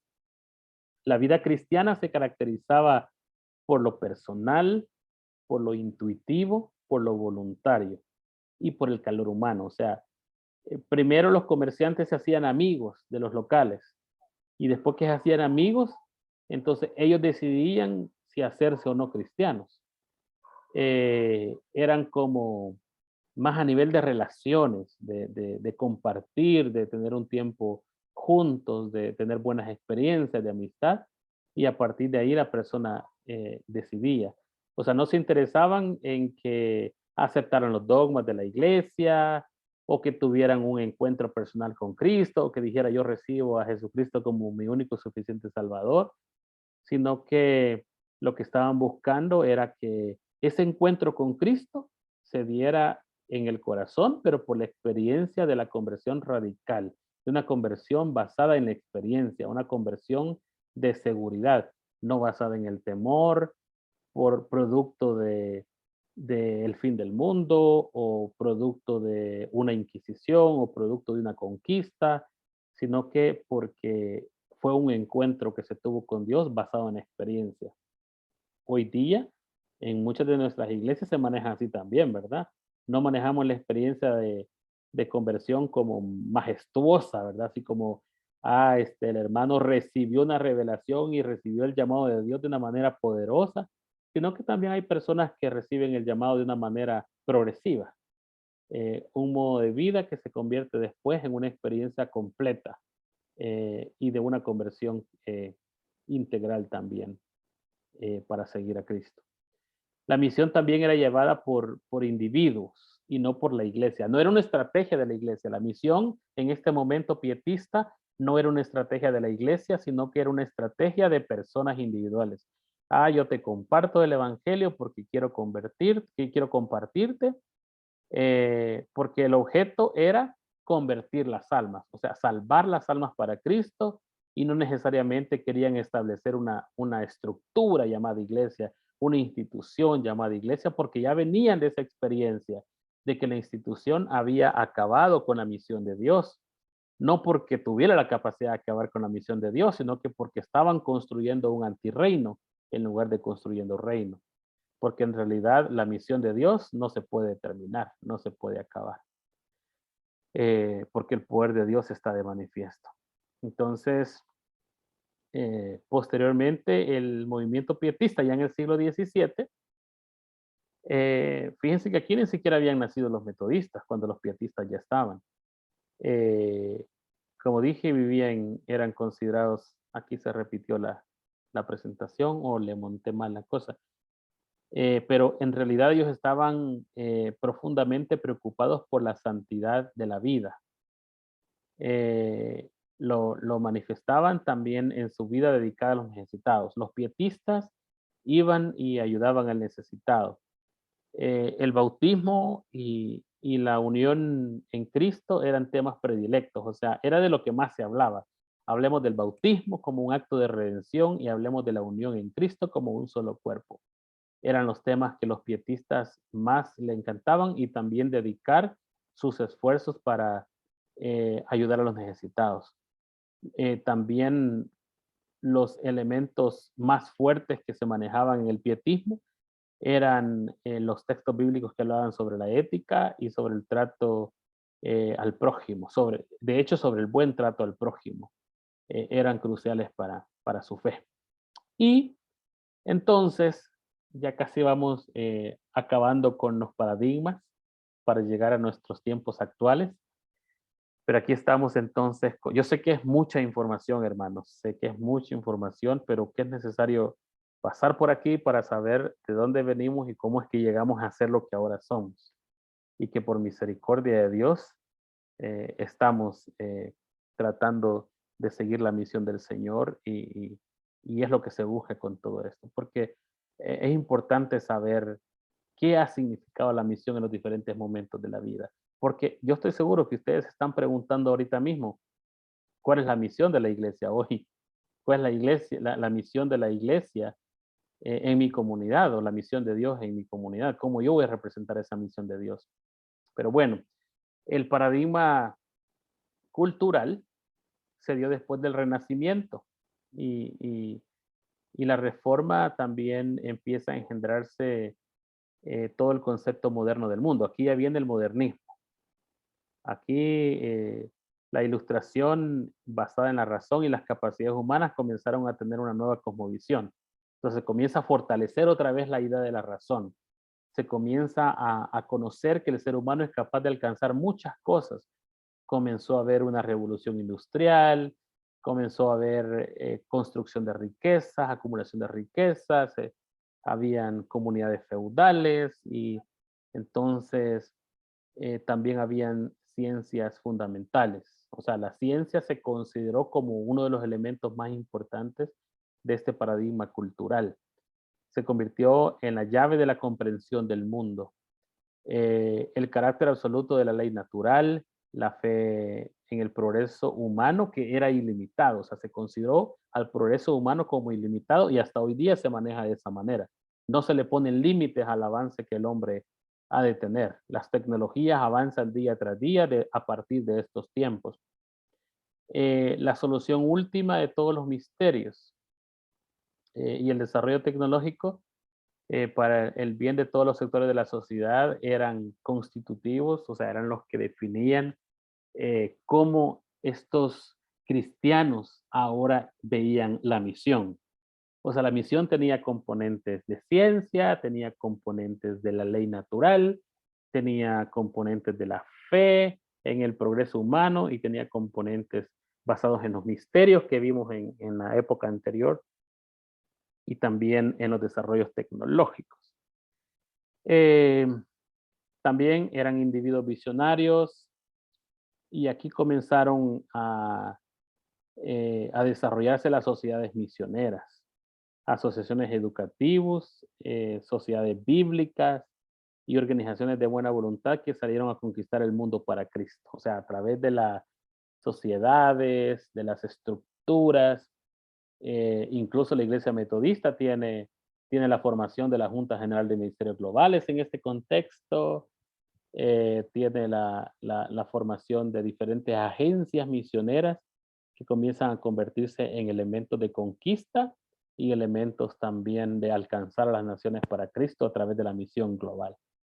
Pero desde paradigmas totalmente distintos a los que se venían viendo hacia atrás. Ya no era, mire usted, tenga fe en Dios porque se va a curar de esta enfermedad, sino que había que saber que había un médico también que podía curar la enfermedad, tratar la enfermedad y que había que confiar que Dios iba a usar ese médico para poder hacer algo en esa enfermedad que la persona estaba padeciendo. Después, en esta misma época cultural, aquí se marcó la Gran Comisión, ir por todo el mundo y predicar el Evangelio a toda criatura. Y estaba funcionando junto con la idea de ir a expandir el cristianismo al mundo occidental. O sea, aquí a esta área, al área de América, ¿verdad? De la Europa venían para acá y entonces traían esa gran comisión que los misioneros se desplazaron por toda América Latina, por el Caribe y por las islas y por todos estos sectores. También este fue lo que se le conoce hasta hoy día como el gran siglo misionero. Y también yo le llamo el siglo de las vacas gordas. Porque en estos tiempos era cuando iban los misioneros y tenían grandes apoyos financieros. Iban a los diferentes países y también comenzaron a construir escuelas, hospitales, iglesias, orfanatos, cooperativas, y comenzaron a crear una serie de organismos y de espacios que le permitían a la gente progresar. Crearon industrias también y todas las traducciones, bueno, muchas traducciones bíblicas. No habían muchas Biblias ni muchos idiomas traducidos. Aquí es donde se comenzó a traducir incluso hasta lenguas indígenas para que se compartiera al mundo indígena también la palabra de Dios. Hay que decir que esta euforia, esta emoción, no permitió a veces que se tomara demasiado tiempo para estar seguros que el producto final era un producto perfecto o un producto correcto. Entonces, hasta hoy día tenemos divisiones en las iglesias y tenemos incluso algunas estructuras religiosas que se están separando hoy día por esas traducciones distintas que tienen algunas Biblias, porque no se tuvo el cuidado, el mejor de los cuidados. Pero al final de cuentas la intención era buena porque decían, bueno, no tienen la Biblia, pues ahora van a tener una en su propio idioma y van a poder reflexionar en ella. También aquí las organizaciones ecuménicas a nivel religioso comenzaron a organizarse. Y aquí es donde nace la misión centroamericana. Para los que la conocen, creo que aquí en Centroamérica todos la conocemos, ¿verdad? Porque llegaron a Guatemala, El Salvador, a Honduras, Nicaragua, Costa Rica, Panamá, porque fue una misión estructurada y organizada para venir a estas tierras centroamericanas. Y también estaba la misión latinoamericana, que esa misión latinoamericana es la que fue a los otros países que no eran centroamericanos. Y así fue como fueron los primeros esfuerzos en conjunto, donde estaban ya los metodistas, ya estaban los presbiterianos, ya estaban los calvinistas, ya estaban diferentes expresiones de fe ahí, incluso grupos anabaptistas ya estaban incorporados ahí.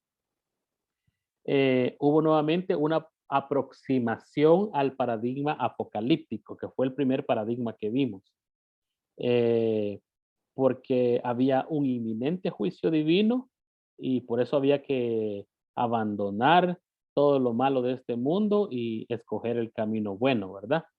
Y también bajo el concepto que nos enseña Mateo 24:14, que dice que cuando el evangelio sea predicado en todo el mundo, entonces vendrá el fin.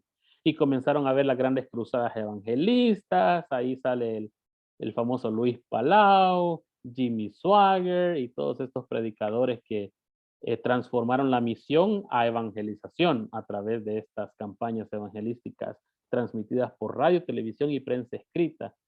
Y otros mecanismos que utilizaron para la expansión del evangelio, ¿verdad? Entonces, pero el concepto era era retomar el paradigma apocalíptico y hablar del juicio divino, porque si no se arrepentía la gente, entonces se iba a ir al infierno, porque este mundo ya se iba a acabar, y entonces había que predicarlo. Y cuando se llegara hasta el último rincón de este mundo, entonces, cuando el evangelio haya sido predicado en todo el mundo, entonces vendría el fin.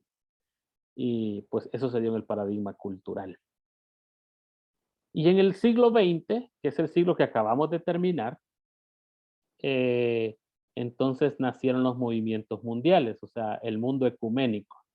Yo sé que a ustedes les va a parecer un poquito raro esta palabra ecuménica, pero es que no necesariamente es una palabra mala o una palabra que hay que temerle, porque aquí se usa mucho en nuestras tierras la palabra interdenominacional.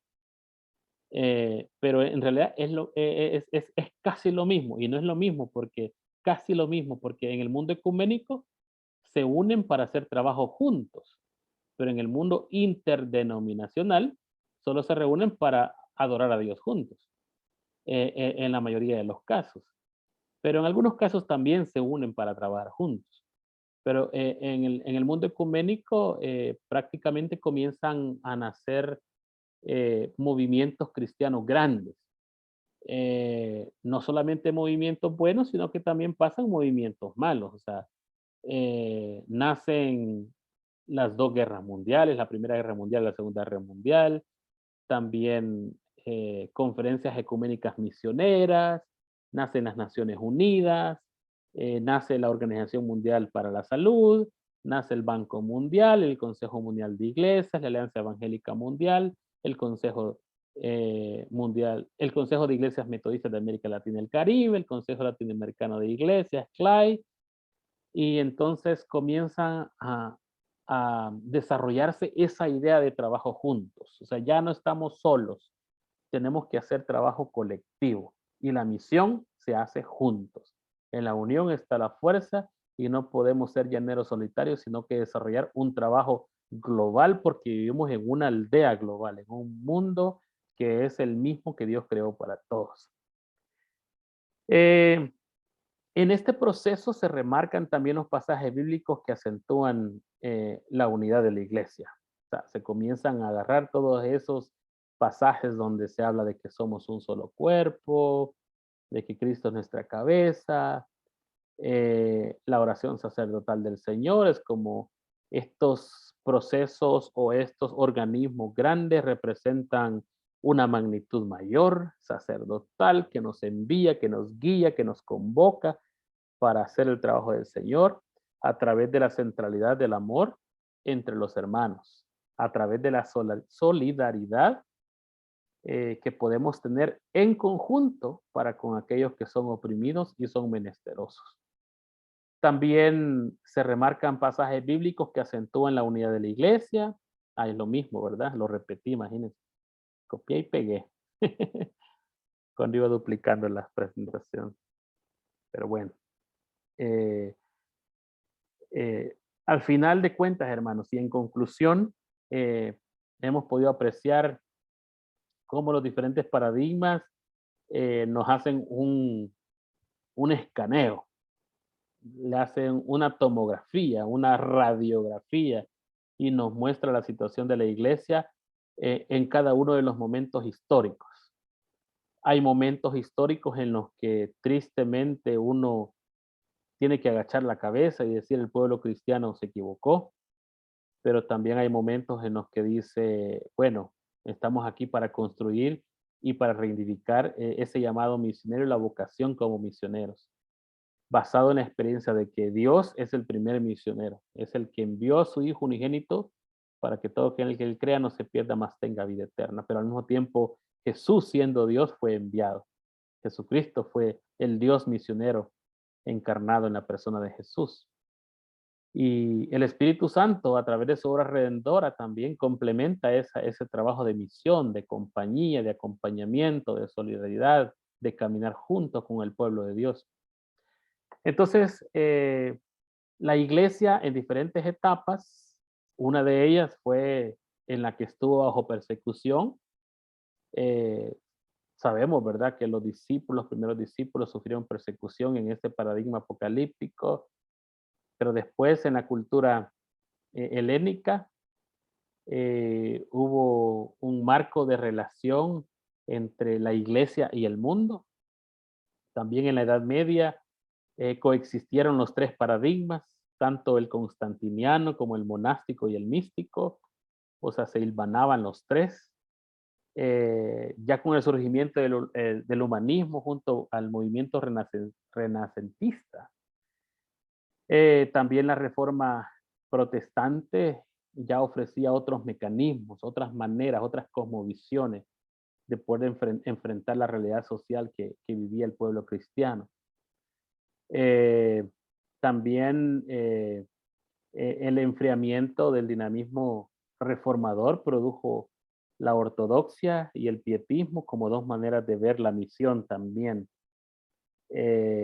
Y pues la expansión comercial y el imperialismo de las naciones protestantes se enmarcan en el paradigma colonialista. Miren, Estados Unidos es el ejemplo claro de eso. Fue una expansión comercial e imperialista. ¿Quiénes la constituyeron en la nación? Los cristianos, los protestantes. Porque ahí quienes fueron los anglicanos, los metodistas, al principio, ¿verdad? Entonces, sí, la idea comercial estuvo inmersa incluso en el pueblo protestante desde sus inicios, pero también enmarcaron, no solamente los católicos enmarcaron el paradigma colonialista, sino que también los protestantes lo enmarcamos también, y todavía hasta hoy día decimos, vamos a ir a tal comunidad y vamos a conquistar para Cristo esta comunidad. O sea, todavía tenemos esos elementos que adoptamos de la colonia y de la conquista y que lo seguimos ocupando hasta hoy día. También habemos otros que decimos, no, vamos a ser amigos de ellos, vamos a acompañarles, vamos a ayudar, vamos a ser solidarios con ellos, y pues el Señor ha de llamarlos a ellos en su momento, ¿verdad? Y pues los cambios que hubieron posteriormente, tanto a nivel científico como tecnológico, han impulsado una ilustración que nos trajo el paradigma cultural, pero las corrientes unificadoras del mundo nos trajeron también el paradigma ecuménico, ¿verdad? Entonces, muy interesante todo esto, cómo la misión se ha venido estructurando y cómo es que hasta hoy día podemos decir somos una iglesia que estamos en misión. La pregunta del millón sería, ¿la misión es nuestra misión o es la misión de Dios la que estamos desarrollando? Entonces, ¿por qué son importantes todos estos elementos que son más que todo históricos y que se han sistematizado? Porque ocurrieron y la iglesia fue alcanzada por ellos. En algún momento fue perseguida, en otro momento se adaptó a las condiciones, después se convirtió en perseguidora, y la iglesia ha sido un movimiento con mucho poder. En el siglo XX estamos viviendo una situación distinta, porque si bien es cierto que el último paradigma identificado fue el paradigma ecuménico, en realidad estamos viviendo un paradigma nuevo hoy día. Y todas estas iglesias que son fuertes en el mundo y que están organizadas de una manera tal como, por ejemplo, la iglesia metodista, que es una iglesia enorme, los que la conocemos bien, ¿verdad? Es una iglesia enorme, fuerte, capaz, en todo sentido, en el sentido espiritual, económico, académico, científico, en todo aspecto, ¿verdad? Misionero. Hay un nuevo orden mundial que está tratando de desarticular todos estos espacios. el Consejo Mundial de Iglesias casi desarticulado, el Concilio Mundial de Iglesias con menos incidencia, los grupos de participación eclesiales disminuidos, y la Iglesia Metodista unida en un proceso de separación o de desafiliación. La Iglesia Anglicana dividida en 4, y la Iglesia Luterana debilitada también en diferentes espacios. Entonces, es muy interesante el tiempo que estamos viviendo ahora. No sabemos cómo se le va a llamar a este tiempo posteriormente. Lo que sí es cierto es que existe mucha necesidad de retomar la misión de Dios y no la misión de los hombres. La misión de Dios y no la misión de las mujeres. La misión de Dios y no la misión de la estructura eclesial, sino que la misión de Dios como tal. Así que, hermanos y hermanas, disculpas por haberlos acribillado con tanta información este día, pero yo creo que es de mucha utilidad y nos ayuda a poner en perspectiva de dónde venimos como cristianos, como creyentes. Somos una mezcla, hermanos, somos una mezcla. Si usted identificó, se va a dar cuenta que trae ciertos rasgos. Y a mí me llamó la atención hace unos años atrás, yo aprendí de que ni somos indígenas 100%, ni somos ladinos 100%, ni somos mestizos 100%, ni alguien es europeo 100%, ni un gringo es gringo 100%. Usted puede ver el gringo más chelito con los ojos azules que viene de Estados Unidos, pero que tiene sangre africana y que tiene sangre judía. Y a una persona que está en una comunidad indígena bastante aislada, les aseguro que tiene también sangre europea. Entonces, de la forma como la humanidad está configurada ahorita, somos una mezcla basada también en la creación de Dios, porque no importa cómo seamos físicamente, culturalmente, pero en realidad somos parte del ADN de Dios, somos creación de Dios. Y en este proceso vemos cómo la misión ha sido manchada a través de diferentes procesos de dominio, de explotación, de poder, de anarquismo. Incluso algunos pensaron que de bondad, porque vamos a hacerles un favor, vamos a hacerles algo bueno, pero en realidad no estaban haciendo algo bueno, no que estaban destruyendo lo que en verdad significa ser un verdadero cristiano.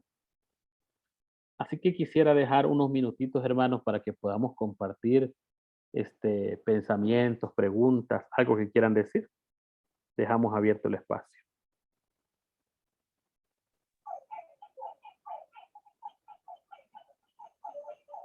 Adelante, hermano.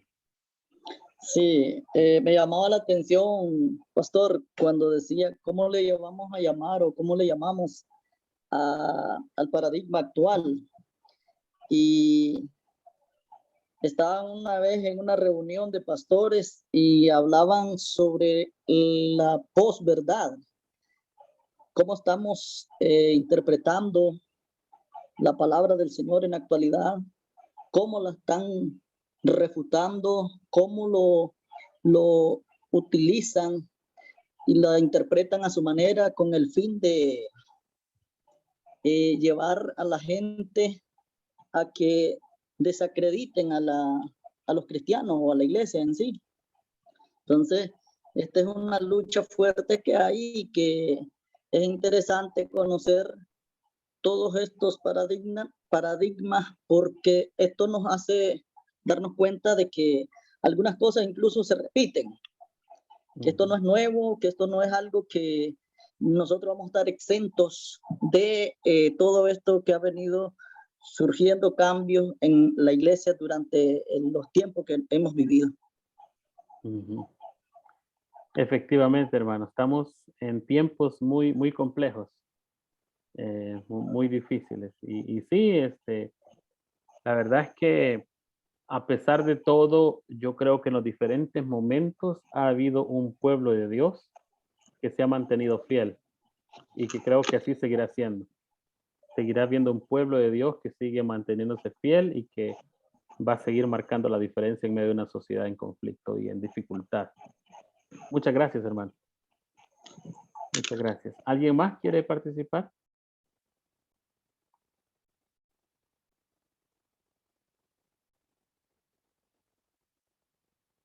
Ojalá que los hermanos no se hayan dormido, ¿verdad? Que estén por ahí. Iba un poco rápido, pero hermanos, hermanas, ¿alguna pregunta, algún comentario, alguna sugerencia?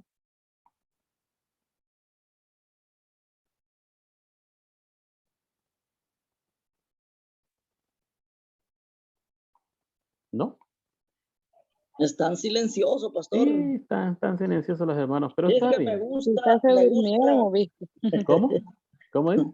Quizás se durmieron. Yo creo que se durmieron. Bueno, Seguro. miren, el silencio es un elemento bastante interesante en el ser humano. Y la verdad que aquí no estamos en un proceso para aprender juntos. No hay nadie que lo sepa todo, ni que sepa más. Todos sabemos algo en diferentes áreas de la vida y creo que todos podemos aprender de los demás. Entonces, el compartir, el interactuar enriquece estos espacios, ¿verdad? Pero también hay derecho a guardar silencio. El derecho Pastor, nos asiste. ¿Sí? ¿será que nos pueda regalar una copia de esto? Porque me sonó muy interesante la mezcla o la extracción de algunos fragmentos, tanto en la enseñanza de Wesley, como también en la actualidad, que vemos algunas cosas repetitivas. Más allá de eso, es interesante cómo en sí, ¿cómo se le podría llamar a este paradigma en la actualidad? Porque estamos en un mundo desafiante frente a grandes personas que, fíjese que las iglesias, los hermanos en las iglesias han dejado de congregarse por estar frente a la pantalla de los celulares o de la computadora, dándole like a gente que no conocemos la procedencia de su información o de lo que está compartiendo. Veía uno que decía que Elías no murió en la tierra, sino que murió en un torbellino, decía. Y hablaba un montón de locuras que son interesantes estos estudios para que nosotros podamos enriquecer, conocer y escarbar, ahondar en las escrituras. Y decirles a la gente que dejen de oír eso, porque la verdad que hay gente, me llamaba la atención lo que decía alguien en un momento, la ignorancia también nos está diciendo mucho. Gente que están ignorando, queriendo escuchar algo importante o interesante, porque somos muy pocos a estudiar, somos muy pocos a revisar la historia. Y cuando nosotros estudiamos la historia, enriquecemos nuestro conocimiento para defendernos, que no solamente eso se vive hoy, sino que se ha vivido en lo anterior. Eso solamente, pastor, para que si me dan tiempo yo sigo hablando, pero no quiero abusar del tiempo. Eso es bueno que pueda hablar, hermano. Bueno, efectivamente, también a veces en nuestras tierras hemos vivido tiempos de una pedagogía de miedo y de guardar silencio, ¿verdad? Entonces, pues vamos a proceder a explicar la tarea, la asignación de la tarea, ya que los hermanos quizás están comiendo ahorita allí. La tarea va a consistir en, ahorita mismo les compartimos. Muy bien. Para el día lunes 12, vamos a leer una porción de una carta pastoral que se llama Veo en la calle violencia y discordia. Ahorita mismo se la vamos a facilitar en el WhatsApp. Solo quiero que me confirmen que todos están en WhatsApp. Escriban en el chat sí, si no quieren abrir el micrófono. Yo estoy. Escriban en el chat, sí, ya sea de Zoom o de WhatsApp. Entonces, allí mismo le vamos a colocar la tarea ahorita, al nomás terminar la videollamada. Vamos a responder de manera reflexiva a las siguientes interrogantes. Vamos a leer primero la carta pastoral. La carta pastoral tiene como 12 páginas. No está muy grande, tampoco está pequeña, pero motiva la lectura. Nos pone de manifiesto algunos elementos vividos en las tierras salvadoreñas, pero que se parecen mucho a las tierras de la región centroamericana. Y la pregunta uno va a ser, ¿qué tanto la carta pastoral se asemeja a la realidad que vivimos en nuestros contextos? Si no logran copiarla, no hay problema, pero se lo voy a poner en el chat ahí de una vez. Ahorita aquí, y ahí la vamos a poder leer también. Vamos a ver, chat. Chat.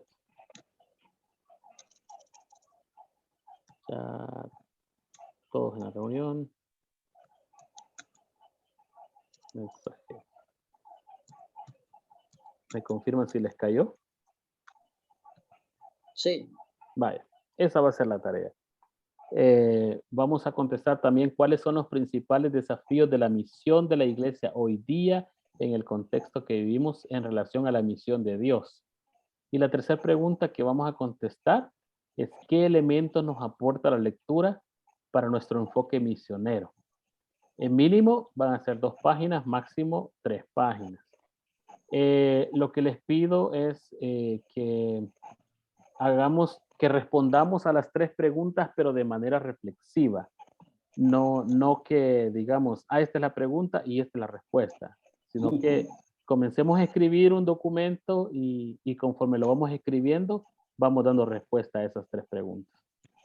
En un momento les va a caer al WhatsApp, también con la lectura asignada, y entonces esa tarea se la van a entregar a la hermana Adela Samayoa. ¿Cuándo, hermana Adela? El próximo lunes. El próximo lunes. Perfecto, hermanos y hermanas. Bueno, creo que nos quedamos hasta acá. Nos pasamos 4 minutos del tiempo previsto. Creo que hicimos buen manejo del tiempo, por la gracia de Dios. Esperamos que esta clase, esta información haya sido de utilidad. Primeramente Dios, nos vemos el próximo lunes y vamos a trabajar ya enfoques más desde la perspectiva wesleyana y más desde la realidad nuestra. Así que Dios me los bendiga, que pasen una feliz noche y nos vemos primeramente Dios la próxima semana. Buenas noches, pastor. Buenas noches. Buenas noches. Buenas noches. Buenas noches, bendiciones. Feliz noche. Feliz noche.